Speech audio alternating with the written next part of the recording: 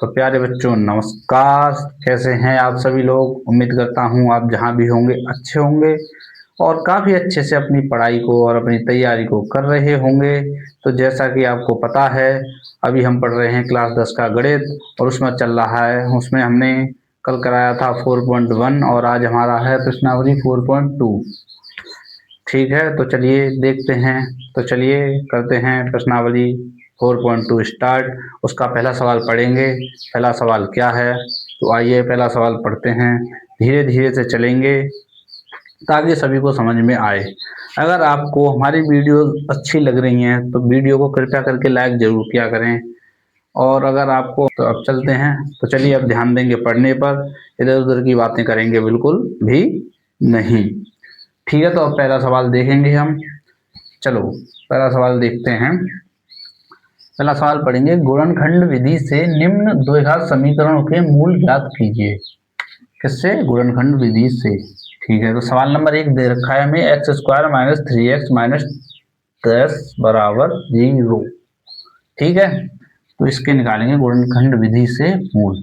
तो गुणनखंड विधि से कैसे करेंगे? 10 का अगर मैं एक्स स्क्वायर में गुणा करूं तो कितना आएगा? 10x square.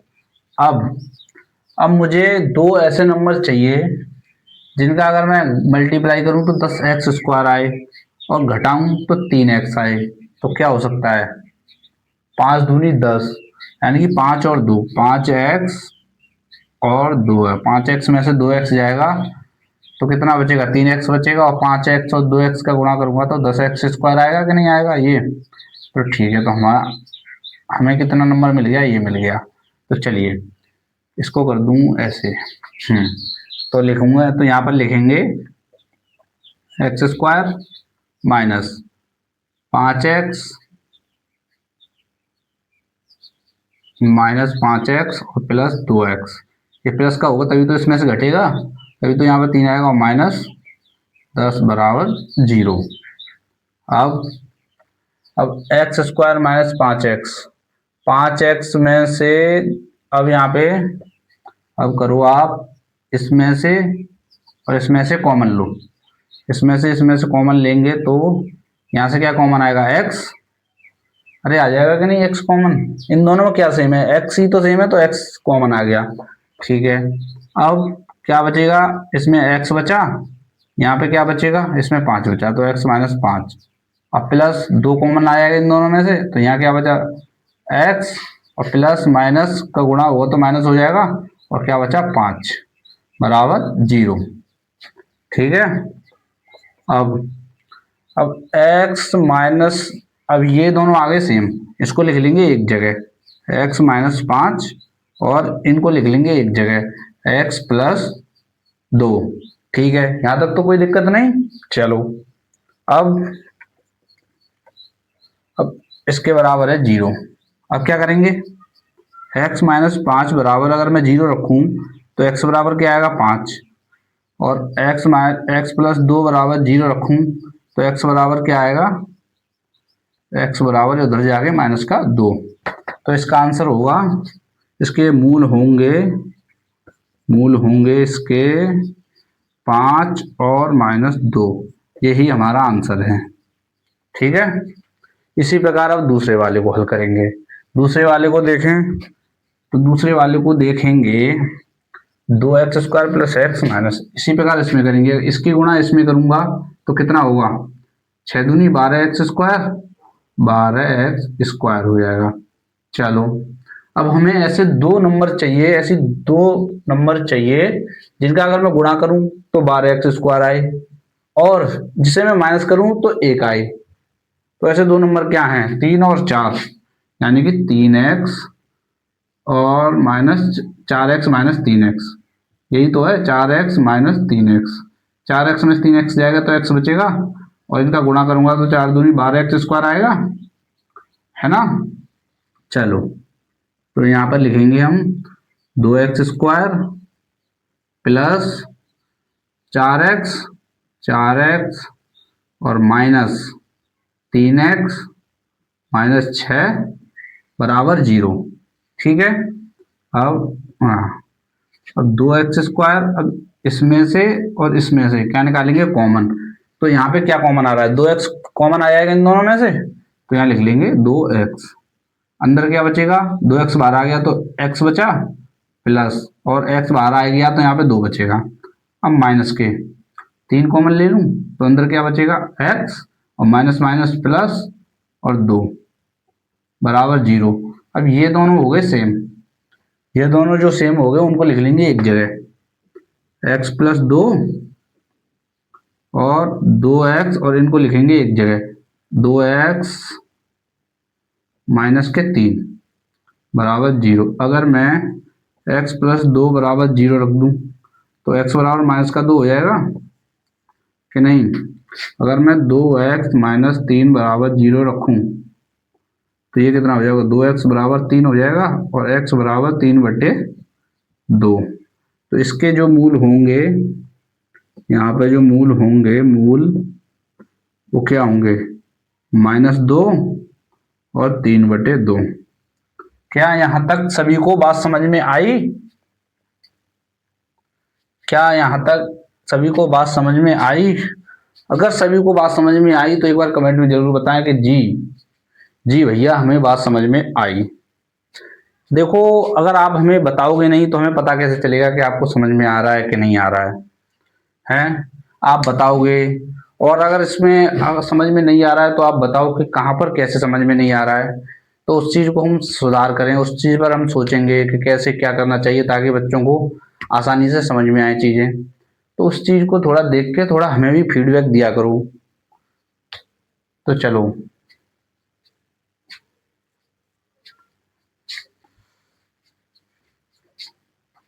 चलिए प्यारे बच्चों, अब देखेंगे सवाल नंबर 3 को। सवाल नंबर 3 देखिए, √2x² प्लस 7x प्लस 5√2 बराबर दे रखा है 0। तो करेंगे इसको हल। तो अगर इसकी गुणा इसमें करनी है, यानी कि 5√2 की गुणा करनी है √2x² में, है ना। तो ये रूट रूट रूट 2 की गुणा √2 में होगी तो क्या आएगा, 2। तो 5 गुणा 2 कितना हो जाएगा, 10। और तो ये हो जाएगा 10x²। ठीक है। तो अब हमें ऐसे दो नंबर ज्ञात करने हैं, ऐसे दो नंबर लेने हैं जिनकी गुणा करूं तो 10x² आए और जोड़ूं तो 7 आए। तो कितना होगा, 5 और 2, 5 गुणा 2 करूंगा तो 10 आएगा कि नहीं आएगा, 5 गुणा 2 तो 10 आ जाएगा। ठीक है, 5 और 2 7। तो चलो लिखते हैं। तो √2x² ऐसे का ऐसा ही, √2x² plus 5x plus 2x plus 5√2 बराबर 0, प्लस 5√2 बराबर 0। इसको साफ कर देता हूं, है ना। 5√2 बराबर बराबर 0। ठीक है। अब इसमें से और इसमें से निकालेंगे कॉमन, यानी कि इसमें से और इसमें से लेंगे कॉमन। अब √2x² और इसमें से क्या कॉमन दिख रहा है तुम्हें, x। तो x बाहर आ जाएगा। अब क्या बचा यहाँ पे, √2x बचेगा प्लस, अब x तो कॉमन ले लिया तो 5। ठीक है, प्लस अब यहां से क्या कॉमन लूं, 1। इन दोनों में तो कोई कॉमन है नहीं तो 1 ही आएगा या 5 आ जाएगा। √2 इसमें से और इसमें से आ जाएगा √2, √2 कॉमन आ जाएगा। अरे चल जा, √2 कॉमन ले लेंगे। नहीं समझ में आया, देखो ये है 2 की घात 1 और √2 का मतलब क्या होता है, यानी कि 2 की घात 1/2 यानी कि आधी। ये पूरी घात है, ये आधी घात है कि नहीं। तो पूरी घात में से अगर आधी घात कॉमन आए, इतना √2 तो बाहर आ ही जाएगा ना। आधी घात आ गई तो अंदर क्या बचेगा, आधा ही तो बचेगा, यानी कि √2 बचेगा। √2 आ गया तो इसमें से √2 और x। ठीक है, और प्लस √2 तो आ ही गया कॉमन 5। ठीक है, बराबर 0। ठीक है, मैंने सिर्फ इतना कहा है, एक बार ध्यान से सुनो, एक बार में समझ में आया नहीं होगा। ठीक है, देखो ये है, ये मान लो ये 2 है, इसका मतलब क्या है, 2 की घात यानी एक ही तो है यहाँ पे, 2 की घात एक ही तो है। ठीक है, और रूट 2 का मतलब होता है, अंडर रूट का मतलब क्या होता है, इसका मतलब होता है 1/2, यानी कि 2 की घात 1/2 यानी कि आधी है, ये घात पूरी है, ये आधी है। तो इसमें से क्या है, अगर रूट 2 निकाल लूंगा यानी कि आधी घात आ गई, तो आधी तो बचेगी, है कि नहीं, तो इसलिए यहाँ पे रूट 2 और x का x, यहाँ रूट 2 कॉमन ले लिया तो 5 बचेगा। ठीक है, बराबर 0। अब तो आ गया होगा समझ में। चलो, अब ये जो जो सेम होगा उसे एक तरफ लिख लो, तो √2x + 5, √2 और इसे एक तरफ लिख लेंगे, x इसे और इसे, प्लस √2 बराबर रखेंगे 0। अब √2x + 5 बराबर 0 रखूंगा तो कितना आएगा, √2x बराबर माइनस का हो जाएगा या 5, तो x बराबर -5/√2 और x प्लस √2 बराबर 0 रखूंगा तो x बराबर माइनस का √2 हो जाएगा।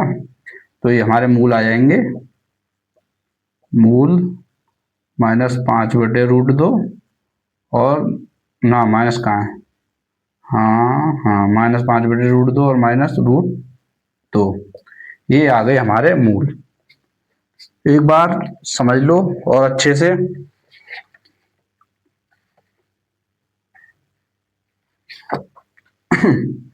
ठीक है, उम्मीद करता हूँ आप लोगों को समझ में आई होगी बात। ठीक है, अब करते हैं अगला, दूसरा देखो, आगे वाला चौथा। अब इसका क्या करना है, इसको कैसे करते हैं, इसकी गुणा इसमें करेंगे, फिर इसमें करेंगे, फिर इधर होगी, यानी कि तो कितना हो जाएगा, 8 दूनी 16x² माइनस के 8x प्लस 1 बराबर 0, और 8 की गुणा 0 में होगी तो 0 ही तो हो जाएगा। चलो आगे, अब ऐसे से 1 की गुणा अगर 16 में करूंगा तो 16x²। अब हमें ऐसे दो नंबर चाहिए कि अगर गुणा करूं तो 16 आए और जोड़ने पर 8 आए, उन दोनों को जोड़ू तो क्या है, 4 × 4, 4×4 = 16, 4 × 4 ही तो है, तो 16x² माइनस 4x और -4x, माइनस का करूंगा तभी तो माइनस माइनस का माइनस का 8x आएगा। ठीक है, +1 बराबर 0। क्या मैं तेज तो नहीं बोल रहा, बता देना अगर मैं तेज बोल रहा हूँ या स्लो बोल रहा हूँ, तो प्लीज एक बार वीडियो पर कमेंट जरूर कर दिया करो, फीडबैक जरूर दिया करो। ठीक है, तो चलो, 16x² -4x बराबर ये हो गया। अब क्या करेंगे, कॉमन उठाएंगे यहाँ से और यहाँ से, तो इसमें से क्या कॉमन आ रहा है, 4x कॉमन आ जाएगा। 4x अगर मैं कॉमन ले लूँ तो अंदर क्या बचेगा, 4x बचेगा और यहाँ क्या बचेगा, 1 और माइनस, माइनस का मैं 1 कॉमन ले लूँ, इन दोनों में से एक ही आएगा और तो कुछ आएगा नहीं, तो माइनस का जो क्या बचेगा, 4x माइनस प्लस क्या हो जाएगा, -1 बराबर 0। अब जो जो सेम है उसे एक तरफ, 4x - 1 ठीक है, और 4x - 1 सेम आ गया, ये तो बराबर 0। अगर 4x - 1 बराबर 0 रखूंगा तो 4x बराबर क्या आएगा, 1 और x बराबर 1/4 यानी कि 1/4। 4x - 1 बराबर 0, 4x बराबर 1 तो x बराबर 1/4। तो हमारे मूल जो होंगे, मूल ही तो निकलवाता है विधि से, मूल बराबर क्या होगा, 1/4 और 1/4। क्या बात समझ में आई। चलो जी,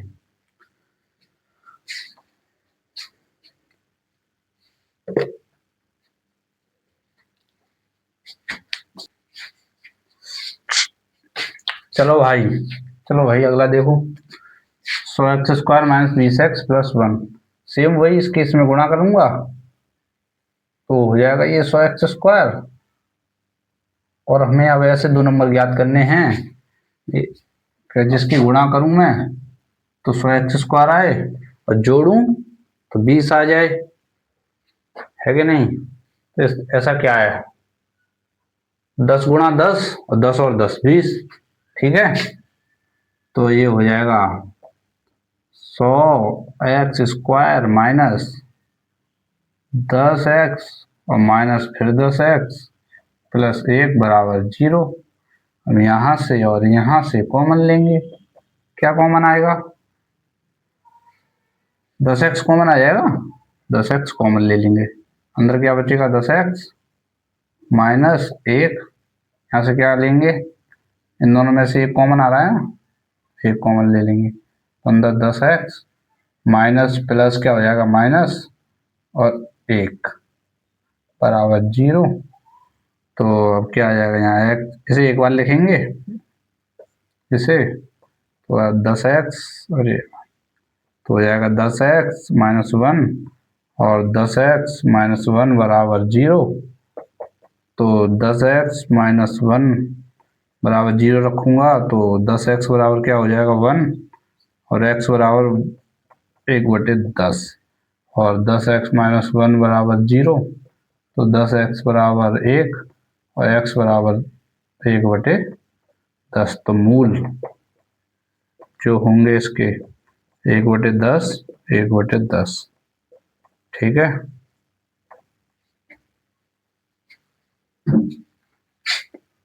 ना है जो उदाहरण 1 में दी गई समस्याओं को हल करना है। जॉन और जीवंती के पास कुल मिलाकर 45 कंचे हैं, दोनों 5-5 कंचे खो देते हैं। अब उनके पास कंचों की संख्या का गुणनफल 124 है। हम जानना चाहेंगे कि आरंभ में उनके पास कितने कंचे थे। इसमें हमें आंसर नहीं निकालना, सिर्फ इसको समीकरण में बना के छोड़ना है, ठीक है। तो कैसे करेंगे, यहाँ लिखेंगे हल। हल जॉन और जीवंती के पास कुल मिलाकर 45 कंचे थे। तो यहाँ पर लिखेंगे सबसे पहले माना जॉन के पास कंचों की संख्या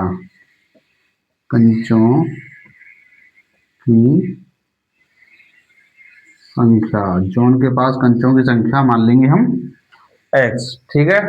अब वो क्या कह रहा है, तो जीवंती के पास कंचों की संख्या कितनी होगी, जीवंती के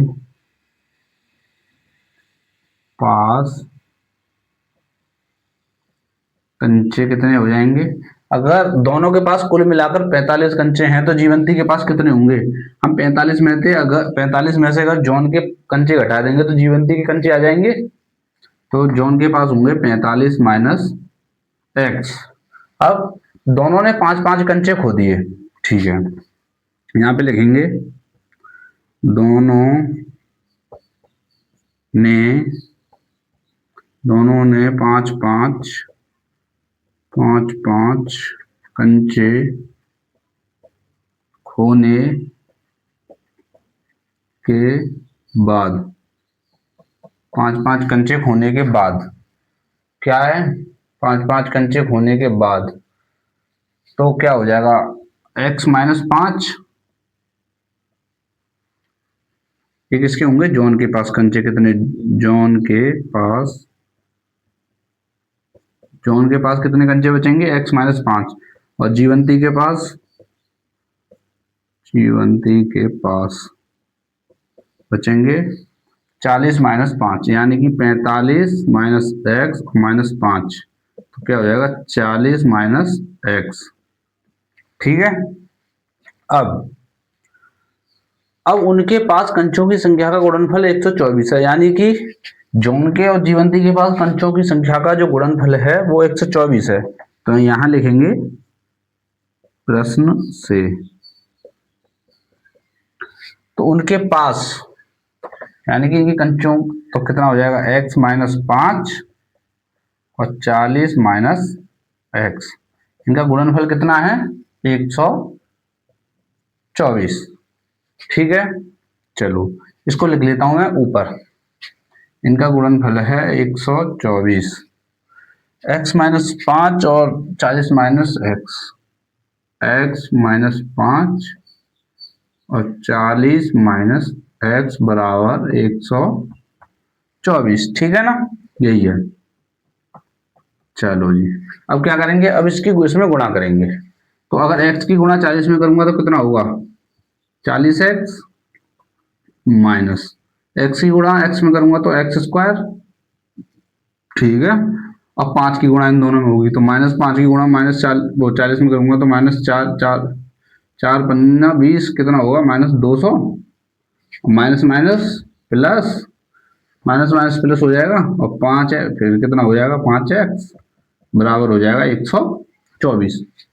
ठीक है, अब 40x और कहाँ x और नहीं है, तो 40x minus x square -200 plus 5x, इसको 124 को इधर लाऊंगा तो माइनस का 124 बराबर 0। तो माइनस एक्स स्क्वायर सीधे करके लिख लें, कितना है 40x और 5x प्लस 45x। ठीक है, और -200 और -124 तो -324 बराबर 0। अब क्या करेंगे, यहाँ से माइनस कॉमन ले लेंगे हम, तो यहाँ का बचेगा एक्स स्क्वायर, माइनस कॉमन आ जाएगा, जो माइनस अंदर प्लस का है वो माइनस का हो जाएगा, जो प्लस का है वो माइनस का हो जाएगा। ठीक है, तो -45x माइनस ये हो जाएगा +324 बराबर 0।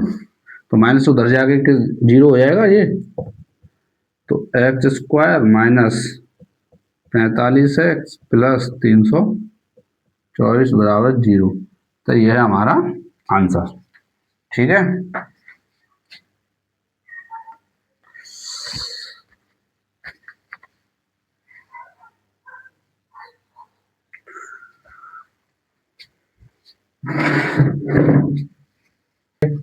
एक कुटीर उद्योग एक दिन में कुछ खिलौने निर्मित करता है।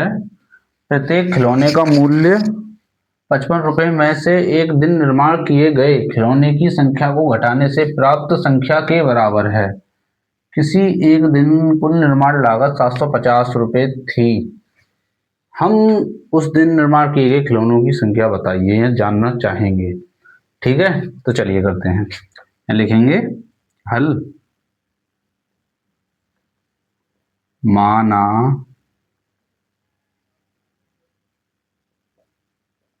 माना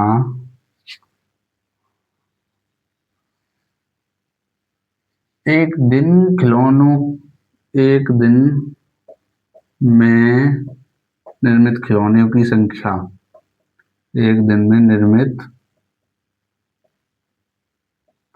खिलौनों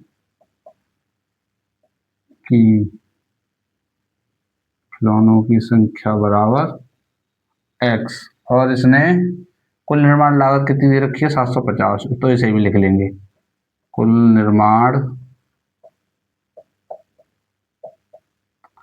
लागत 750। ठीक है, तो ये क्या कह रहा है, कुटीर उद्योग खिलौने की संख्या को घटाने से प्राप्त संख्या के बराबर है। खिलौनों की संख्या को घटाने से प्राप्त संख्या के बराबर है। तो खिलौनों की संख्या, तो एक दिन में खिलौनों की संख्या कितनी हो जाएगी,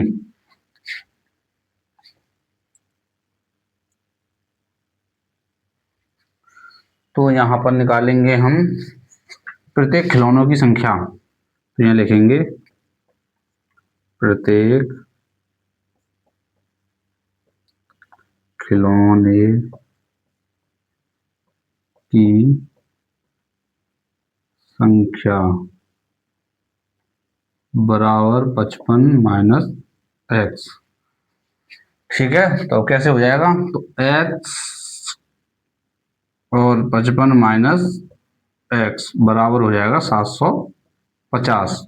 ठीक है, अब x की करेंगे गुणा, तो कितना हो जाएगा 55x माइनस एक्स स्क्वायर बराबर 750, और तो minus x square plus 55x और माइनस 750 बराबर 0। अब इसमें से माइनस अगर मैं कॉमन ले लूँ तो क्या बचेगा, एक्स स्क्वायर माइनस 55x और प्लस 750 बराबर 0। माइनस उधर जाके खत्म हो जाएगा 0, तो ये क्या बचेगा, x square minus 55x plus 750 बराबर 0। यही हमारा आंसर है। ठीक है, क्या यहाँ तक सभी को बात समझ में आई? अगर बात समझ में आई तो वीडियो को लाइक जरूर करें।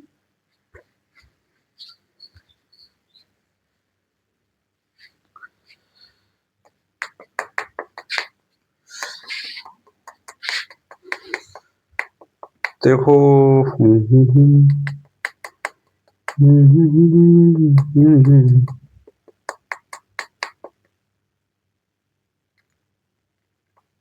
चलो भाई देखेंगे अब अगला दूसरा सवाल देखेंगे। ऐसी दो संख्याएं ज्ञात कीजिए जिनका योग 27 हो और गुणनफल 182 हो। ऐसी दो संख्याएं हमें ज्ञात करनी है जिनका योग कितना है, 27 हो और जिनका गुणनफल 182 हो। तो चलिए सबसे पहले हल, सबसे पहले लिखेंगे हल। तो माना पहली संख्या, माना पहली संख्या बराबर x, तो दूसरी संख्या कितनी होगी? पहली अगर x माननी है तो दूसरी कितनी होगी? अगर दो संख्याओं का योग 27 है तो दूसरी कितनी होगी? 27 में से x घटा देंगे तो दूसरी संख्या आ जाएगी।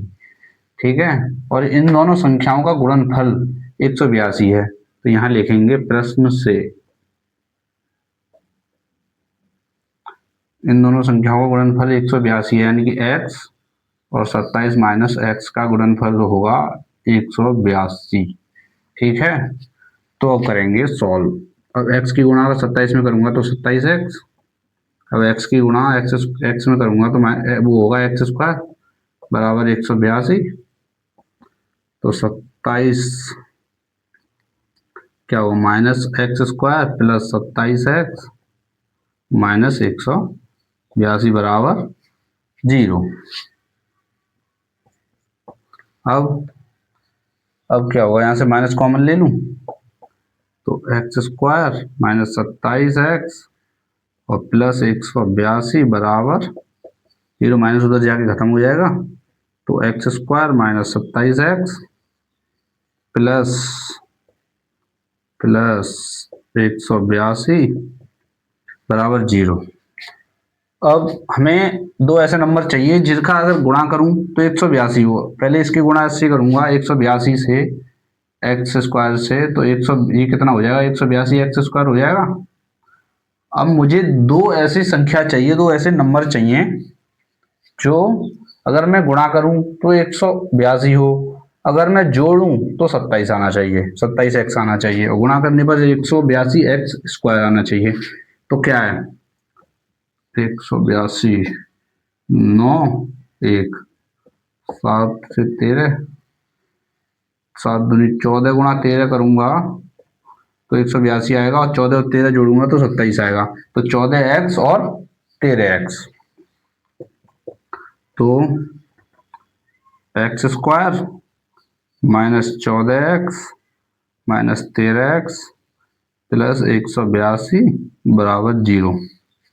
ठीक है, अब यहां से और यहां से कॉमन लेंगे, तो इसमें और इसमें कॉमन क्या है, x, तो अंदर क्या बचेगा x माइनस x कॉमन आ गया तो 14 14 14 ही तो बचेगा 14, और माइनस यहाँ से 13 कॉमन लूंगा मैं, इनमें से 13 कॉमन आ जाएगा तो अंदर क्या बचेगा x, और माइनस प्लस क्या हो जाएगा माइनस 14 बराबर 0। ठीक है, बराबर 0 इधर। अब ये जो संख्या हमारी ये जो सेम है, इसे इसे एक तरफ लिख लेंगे x माइनस 14, और ये इसे एक तरफ लिख लेंगे x माइनस 13 बराबर 0। अगर मैं x माइनस 14 बराबर 0 कर दूं तो x बराबर आ जाएगा 14, और x माइनस 13 बराबर 0 रखूं तो x बराबर आ जाएगा 13। अब क्या पूछ रहा है, ऐसी दो संख्याएं ज्ञात कीजिए इनका गुणनफल। तो उनका ऐसी दो संख्याएं होंगी 13 और 14, इनका अगर गुणनफल करूंगा तो 182 आएगा, और जोड़ूंगा 13 और 14 तो 27 आएगा। तो यही हमारा आंसर। ठीक है,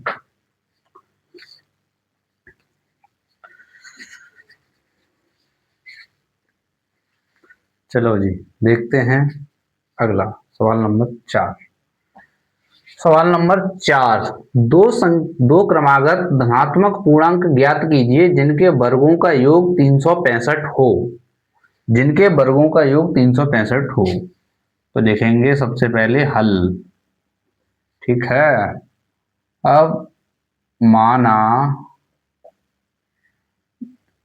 क्रमागत धनात्मक पूर्णांक, क्रमागत धनात्मक पूर्णांक बराबर x। तो दूसरा क्या होगा धनात्मक पूर्णांक x प्लस 1, क्योंकि क्रमागत है x प्लस 1। अब क्या कह रहा है कि प्रश्न, अब देखेंगे प्रश्न से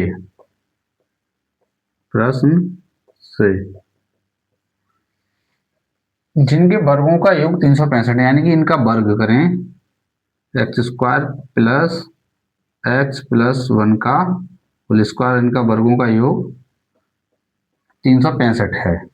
ठीक है, तो अब इसे करेंगे हल।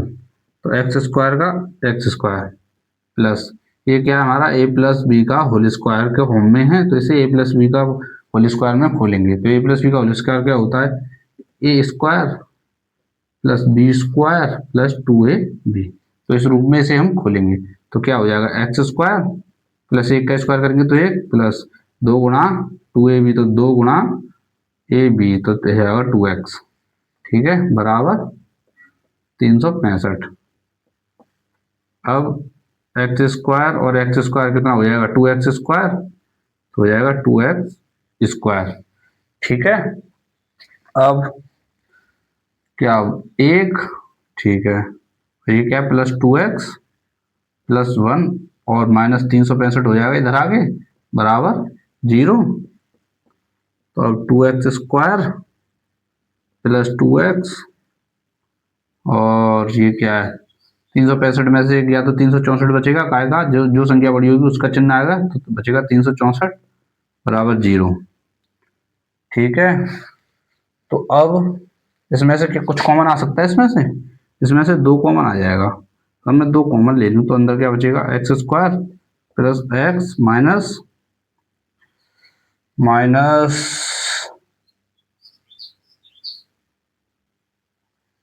2 1 2 2 8 16 और 2 2 4, 182 बचेगा बराबर 0।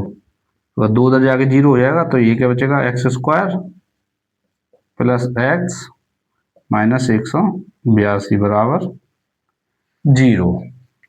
ठीक है, अब 182 हमें ऐसा करना है, 182 का गुणा एक्स स्क्वायर में करूंगा तो कितना आएगा, 182 का गुणा एक्स स्क्वायर में करूंगा तो 182 एक्स स्क्वायर, इसका गुणा इसमें करेंगे ना, इसका गुणा इसमें, तो 182 एक्स स्क्वायर आ जाएगा। ठीक है, तो हमें ऐसे 2 नंबर चाहिए जिसका अगर मैं गुणा करूं तो 182 आए और घटाऊं तो 1 आए। तो 14 गुणा 13 हो जाएगा ना, 14 गुणा 13 ही तो होगा।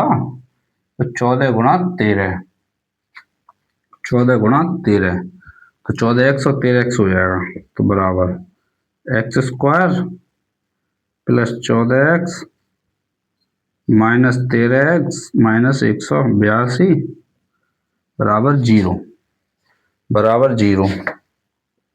तो अब यहाँ से अगर हमें यहाँ से कॉमन लूँ, यहाँ और यहाँ से लेंगे अब कॉमन, इसमें और इसमें कॉमन क्या है, x 14x,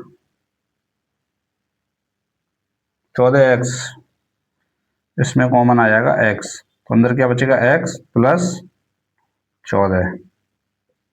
ठीक है, और यहाँ x प्लस 14। अब इनमें से क्या कॉमन आ जाएगा, -13 कॉमन आ जाएगा, तो अंदर क्या बचेगा x और माइनस हो जाएगा प्लस ये 14 बराबर 0। अब क्या करेंगे, ये जो सेम सेम जो हैं इनको लिख लेंगे एक तरफ, सेम सेम जो है इनको लिखेंगे एक तरफ।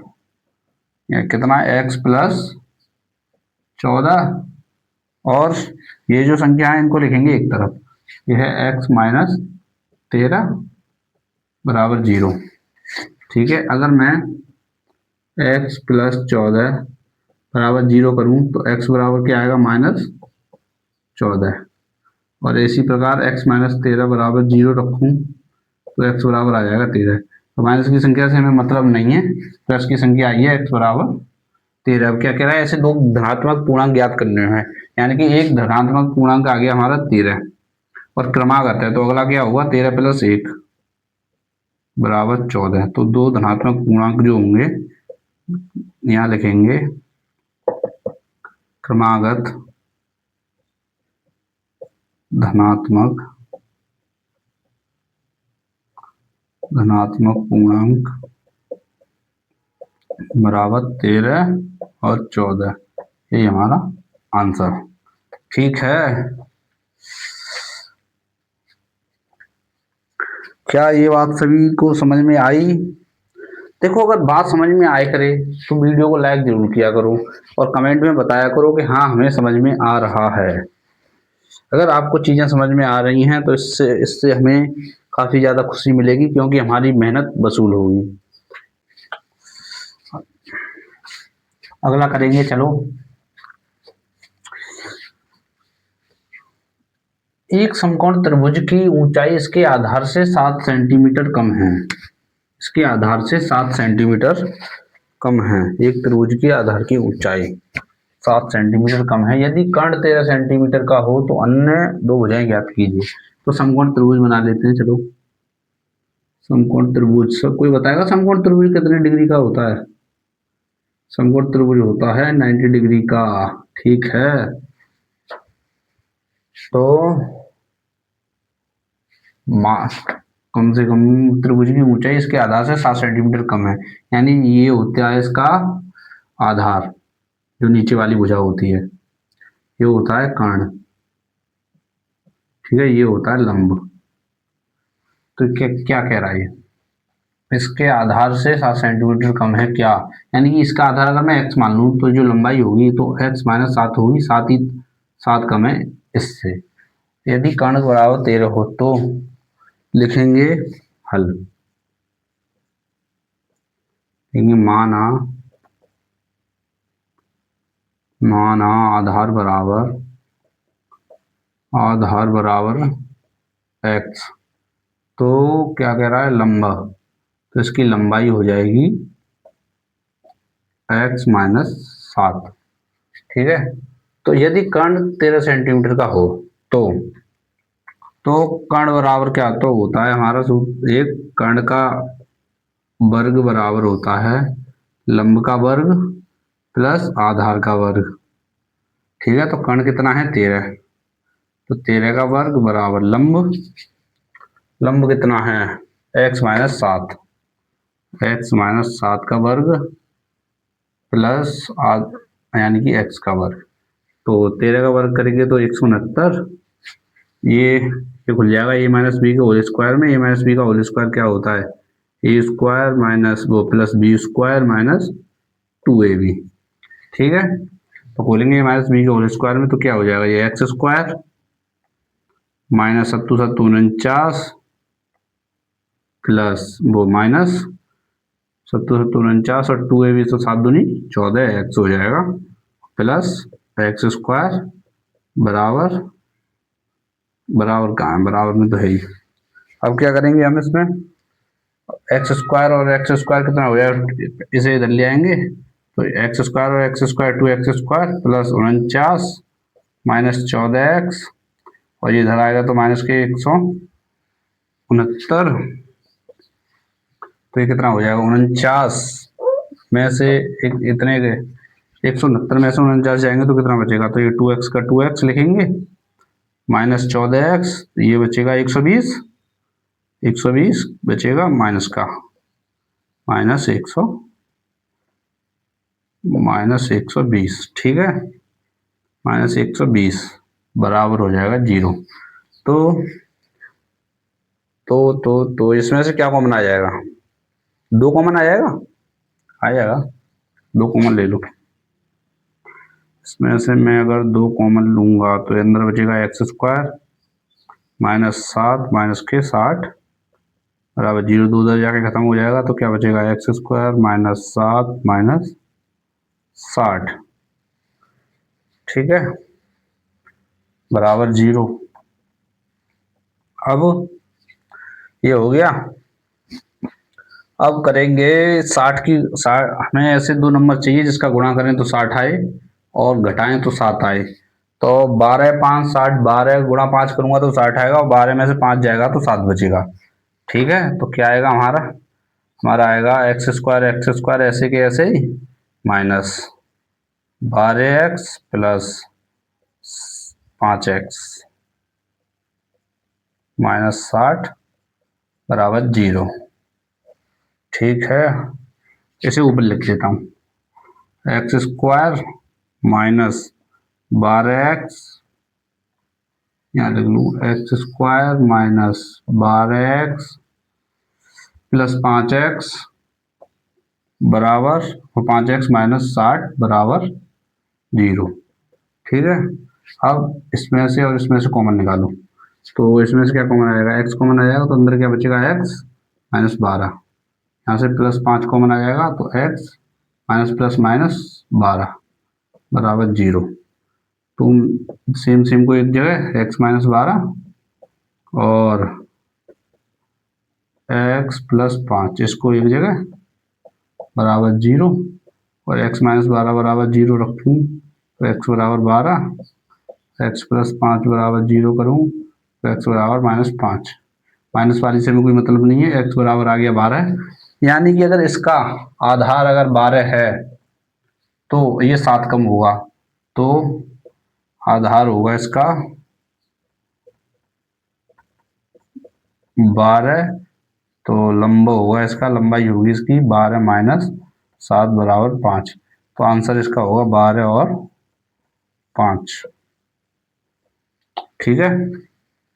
ये था तुम्हारा सवाल नंबर 5, प्रश्नावली 4.2 का सवाल नंबर 5 था ये।